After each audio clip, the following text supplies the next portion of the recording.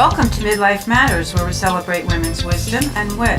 I'm Georgian Lussier, your host, and I'm delighted to introduce today's guest, Sherry Winston. Sherry is a jazz flutist who has played in major venues, including the Kennedy Center and the White House, and she has recently produced a cookbook that includes a CD that has some of her original music on it. So welcome, Sherry. Thank you so much for having me. I'm so glad to be here. I'm delighted, and we're all going to learn a lot and be inspired, and I'm just happy we're together. So you perform as a flutist for a wide variety of events. I do. And if you could describe some of your career highlights as well as the more standard fare. Well, what's interesting, I developed a newsletter because people would say, oh, I saw you at this big concert, so I know you couldn't possibly play at my wedding. And I said, why not? Oh, you wouldn't do something like that after playing, say, the Kennedy Center. And, it was just very odd for me to hear that people had me categorized. So we've done, my band and myself, some things as exotic and wonderful as the White House or the Kennedy Center. And then we've played in people's homes too, for private events. We've done all sorts of corporate gigs where we might be playing for a dinner or a reception or someone's personal party. So it really varies so much. We might do a dinner for 2,500 people and then turn around and do a reception for 100 people. So it makes the career very exciting because you never know what's going to come up, and sometimes it keeps you on pins and needles too because you don't know what's coming or if it is coming. Or when it's coming. Right, exactly. And as an independent musician, managing your career is not necessarily as glamorous as people might think because they see you in the performance mode, but there's a lot of behind the scenes that goes on. Well, it was amazing to me. I work out at the Y every day, and some of the Y ladies said, oh, you're so lucky, you come here and then you go out to lunch with your girlfriend and then you practice all afternoon. And I said, really, is that my life? I didn't know that. And it's the projection of what people think I do, but it's really a meat and potatoes business. You have to be on the phone, you have to call people. I work with a yellow pad, and I make sure I have anywhere from 25 to 50 calls a day to generate business. I also have to do emails and send out email blasts so people will remember that I'm still alive and that I'm still performing. So it's more business than musicianship, really, because I think I spend 90% of my time trying to get work and 10% performing, if that much. So it's a very unequal balance, but people that don't do that don't work very much. They have to have what we call a day job. And I did that for many years before I could figure out this whole thing of how do you become a working musician. And once I figured that out, all I had to do was mimic my day in my office when I worked for record companies, which was a normal 10 to 6 day, or sometimes later than that if I had to go out with my artists. And that's how I have to conduct myself. I've got to be at my desk a certain time every day. I've got to make sure I have a certain amount of calls. And if I goof off and I don't make as many calls as I should, I'll feel it at the end of the month or the next month because I just won't generate the business. And when do you practice? After dinner. So my routine is I go to the gym in the morning. I come home, I have breakfast. I go straight to my desk, and I'm there basically for the rest of the day. I might take like a quick iced tea break or hot tea break, depending upon the season. If I get a little hungry during the day, I might grab an apple or something really light, come back upstairs, and I'm back on the phone. I'll look at my watch and I'll say, okay, I've got 2 more hours, and let's get with it, kiddo. I'll add up how many calls I've made. And today it's interesting, from when I first started over 25 years ago to where I am today, people no longer pick up their phones and really talk with you. So it's a challenge. How do you make 25 to 50 calls a day and maintain your sanity, number one? And number two, keep track of what you should be doing. So it's a very intense thing that you really have to pay attention to what's going on, how many gigs you have, if you need more, and really identify your people that you're going to call. So it's been interesting. But when people don't call you back and you get everyone's voicemail or someone's secretary's voicemail, what I have found is helpful now is to leave a specific message or what you're doing to let the person know you're not just sitting at home, or, by the way, I just played at the White House, or by the way, I have an interesting concert coming up, and, if it's in your area, I'd love for you to come. And you mention what it is, or I just did a TV show, whatever, but you leave them with something that they can have on their mind in relationship to you. Otherwise, it's totally wasted call. Just to say, hi, this is Sherry Winston, sorry I didn't catch you, boom. That's not doing anything. It's interesting you bring that up. I was at a women's conference today, and a big topic was how social media and technology has changed the way we communicate. And people are also morphing even away from emails to texts. Exactly. Which is such an informal, abbreviated, out of context kind of approach. As far as I've gotten texts from people, I'm not even sure who it is because they're not in my address contact. Exactly. And I've sent them and just used my first initial, thinking the person would know who I was. Fortunately, it was personal, not professional. And he's like, "Oh, I didn't realize that was you." So that's really constantly changing, isn't it, in terms of how accessible people are to even engage? Well, and we've really lost something, because I still work with my Rolodex cards. And if I got you on the phone, I'd say, "Georgian, how's your husband Bill?" And, last time I called you, he wasn't feeling very well. Is he doing better? And I'd have all of these notes on my card, "Oh, Bill was going to be in a golf tournament. How did he do?" Or "You were going to go horseback riding. How was your first lesson?" Or whatever it was, I'd have some little reference point of connecting you to me. And now there's none of that. So how do you connect with someone? How do you bridge that gap between I'm asking you to employ me, to, gee, we know each other, and by the way, I was just in a golf tournament and I did terrible, and let me tell you about it. And all of a sudden you say, "Girl, listen, I can't even swing at the club properly. What is that all about? How, who do you go to help with your swing?" And then if I give you the name of my instructor, all of a sudden we've got some kind of connection there. So when that is lost, you're really kind of groping in the dark about, how do I connect with this person if they really don't know me? So that's a real problem for younger people coming up today that don't have the contacts, that haven't developed contacts over the years. That's a big mountain to climb. Oh, it is. I mean, it was big enough, then, 20-something years ago, to try to figure all of this out, of why do people hire you or why don't they hire you? And when you realize that there are thousands of musicians everywhere, there's got to be some reason for a person to hire you other than you can pick up an instrument and play. They've got to really like you, and there's got to be a connection there. So it's very challenging. How do you do that? How do you make them like you when they don't even know you? And competing for some of their time, which is more and more scarce for, I think, just about everyone. It is. And even getting someone's secretary on the phone is like a major triumph when you get a real person. Let's look at how you got to where you are today. After college, your first career was as a social worker. Right. And you said, "Oh, I'm going to try something else," and you ended up at Columbia. No, not Columbia first. I had a long progression before well, tell that. us, yeah. Well, I started out as a receptionist at Electra Asylum Records, and from there, I kind of volunteered to do any kind of job other than the receptionist job, in addition to it, I should say, that was there.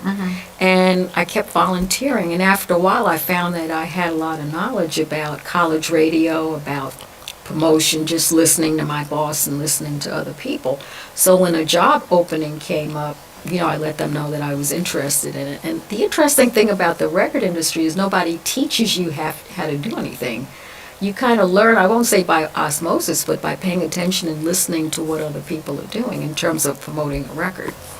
And that was like a wonderful period of my life of learning. You had these jobs and you ended up as the national director, right, for promotions for jazz, and was that at Columbia? Right, and I had a series of other record companies that I worked for in different positions, and finally got to even work for Clive Davis for a while, which was a couple of years, which was very interesting, and had my own business, because the record business is kind of like the film and the literary business. There's a lot of people that go out the door, you go out the door, you come back at another company, and there's a constant flux. There's not a lot of stability there.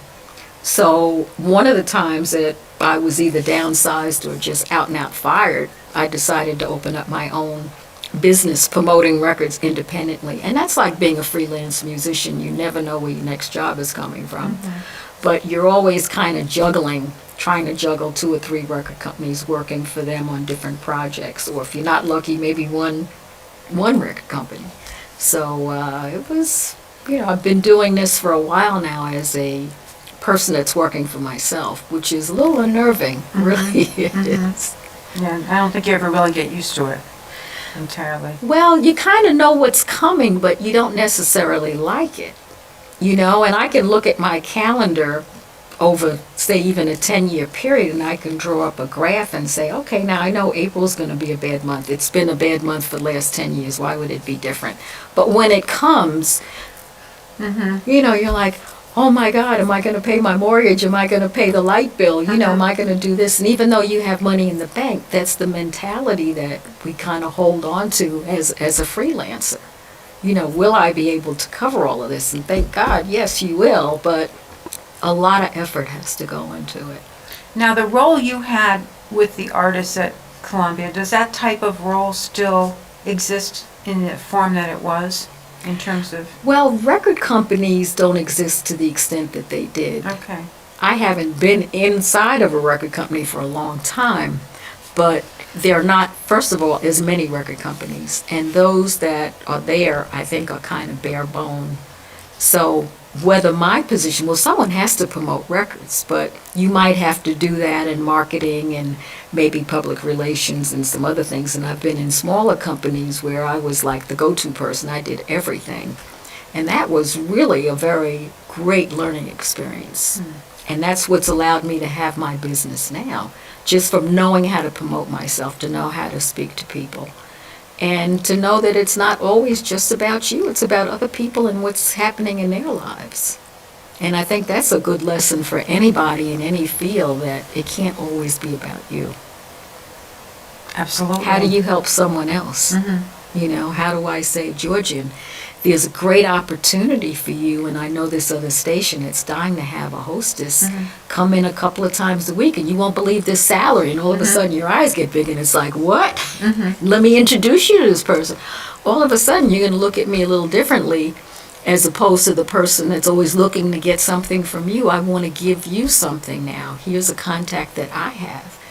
And again, that applies to any type of job that you might have or any job that you might want. You always have to look at the other person and say, what are their needs? Even if it's just help with someone's relatives, I've had a situation where both of my parents developed dementia. And I know that whole route of getting an attorney and what happens after that and protecting your assets and their assets and on and on and on. And I share that with people all the time. I tell them, look, make sure, and I'll just list it. I'll say, call me anytime and let me help you. When you get stuck, let me share some of my resources with you. And just as a good human being, people should do that. Not always that, oh, now they're going to do something for me in return, but just put it out there if you have knowledge about something that might help somebody else. So the generosity of spirit and sincerely caring about other people. It is, and it will come back to you. And I think people can read that, whether you're just a taker or if you're a genuine giver.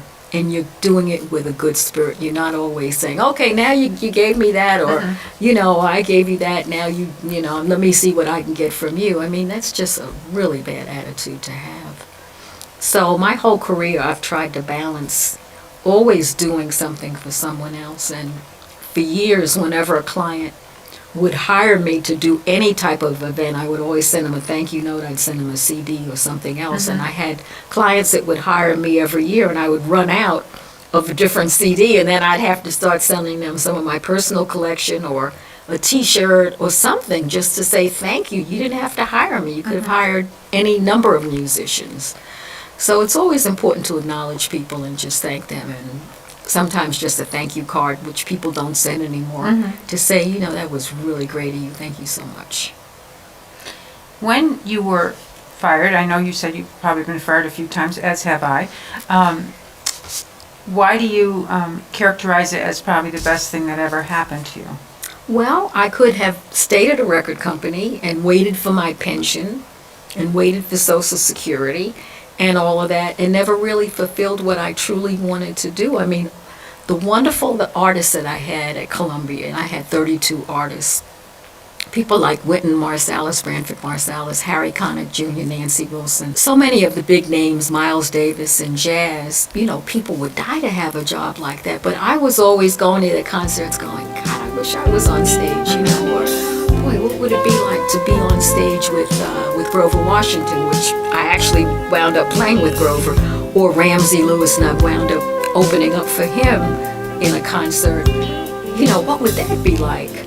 So there was a lot of frustration there. And when I was fired, although I was very upset because I had a very big salary and, the whole thing, expense account, and I was putting a lot of money away in the bank, which was very nice. When I got fired, I had to think, am I going to go and look for another record company job, which I could have gotten very easily. I had a great reputation. Or at this age, and I won't say how old I was, but I was, up there. Yeah, I was in midlife, and it was like, do I want to try to live my dream? Do I have the courage and the strength to do that? I said, what can happen? If I fail, I'll go try to find a job. But the interesting thing was I had an apartment in the city on the East 80s, and I had bought my house already. So I had 2 different payments every month, plus lighting in both places, and heat, and this and the other thing, internet and phone service. And it was like, oh my God, can I do this? And I just prayed on it. And I said, I'm going to work as hard as I worked for the record companies for myself. And I have never missed doing that. I just get up every morning and I do what I have to do. There's no debate about should I stay in bed today and just goof off. That's not an option. Goofing off. No. No. If I brush my teeth, I get up and I go to work. Simple as that. You've received many honors and awards. Share some of the things that have meant the most to you. Well, I'm always surprised when I get an award because I feel like I love what I do, and there's so many people that are so much better professionally than I am. So it's always a pleasure, regardless of how small or big the award is. But the one that sticks in my mind was the U.B. Blake Award. And it wasn't so much the name of the award, it was that Billy Taylor, Dr. Billy Taylor, selected me for the award. And when I got the call, it was like, Billy Taylor selected me. It was like, do you have the right person on the phone? I couldn't believe it. And what that led to was him inviting me to play at the Kennedy Center. And that was absolutely huge. I mean, I was scared out of my mind, but I was also very delighted because I'd never played at the Kennedy Center. And it was quite an honor. And it was the Women in Jazz series of Mary Lou Williams. So being next to other who I considered great artists and being presented by Billy Taylor, and he got up and spoke about me, was just totally mind-blowing. So that award meant a lot to me.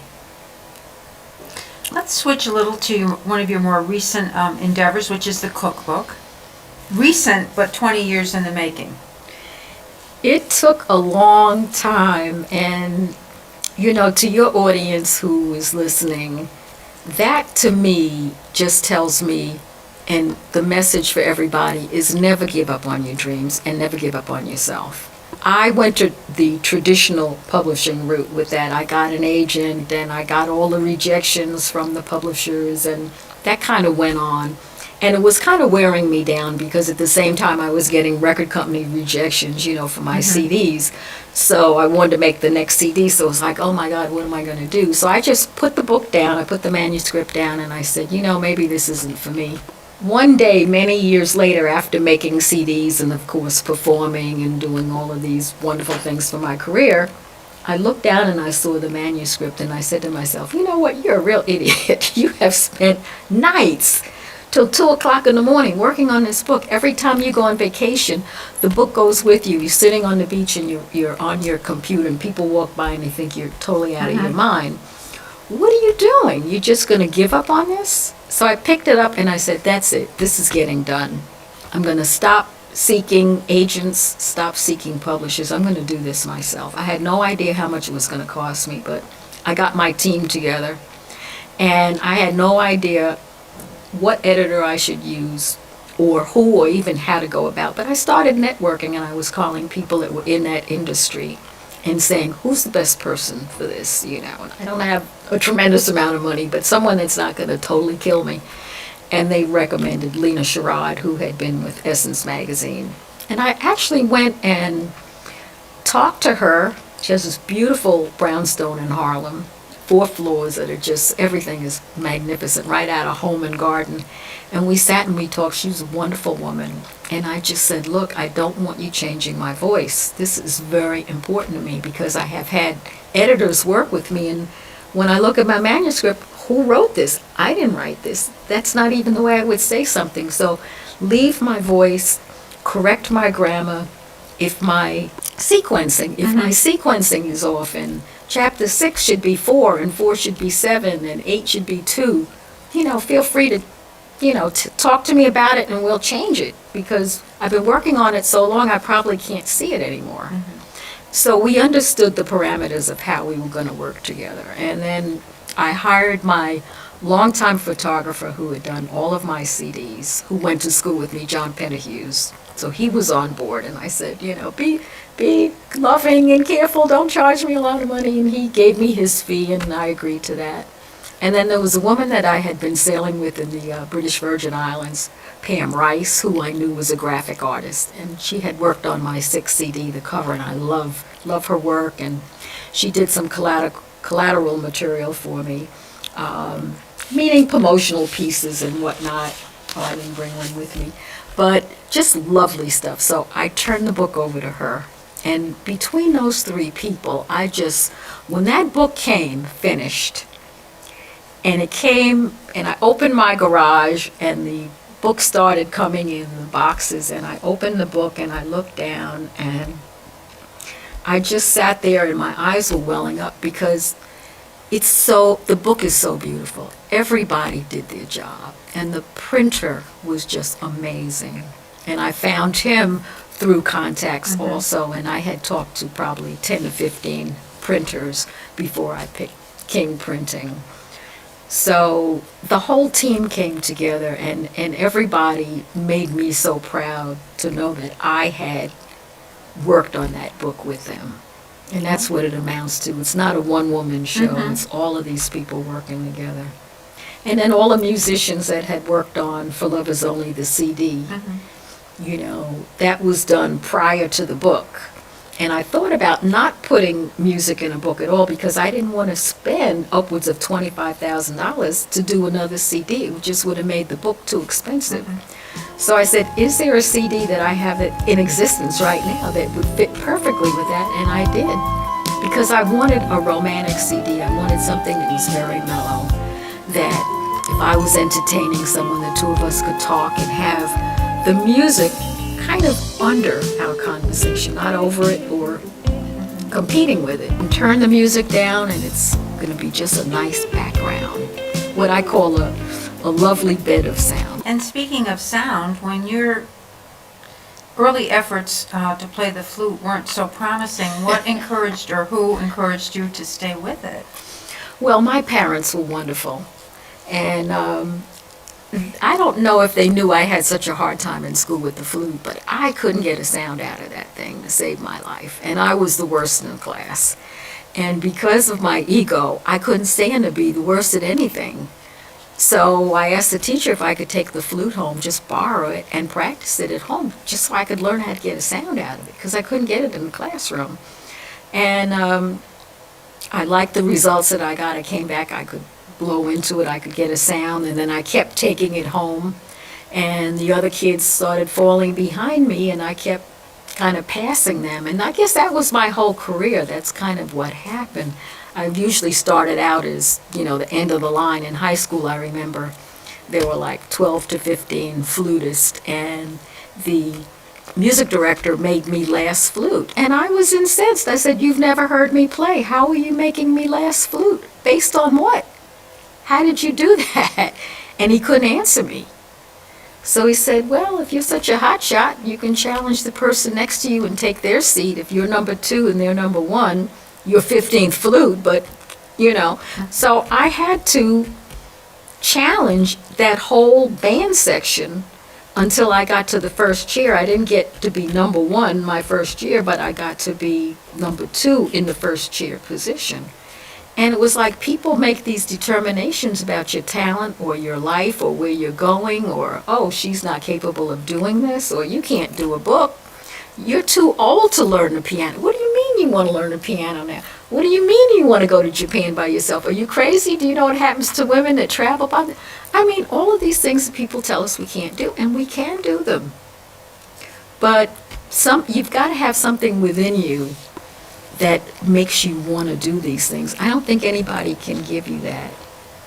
And I've tried to mentor kids that don't have that drive, and as much as I want to force it on them, I can't. Mm-hmm. Has to be more intrinsic. It does. You can help bring it out, but you can't give it to them. Mm-hmm. Looking back, do you have a piece of advice you would give your younger self? I would say it's going to happen.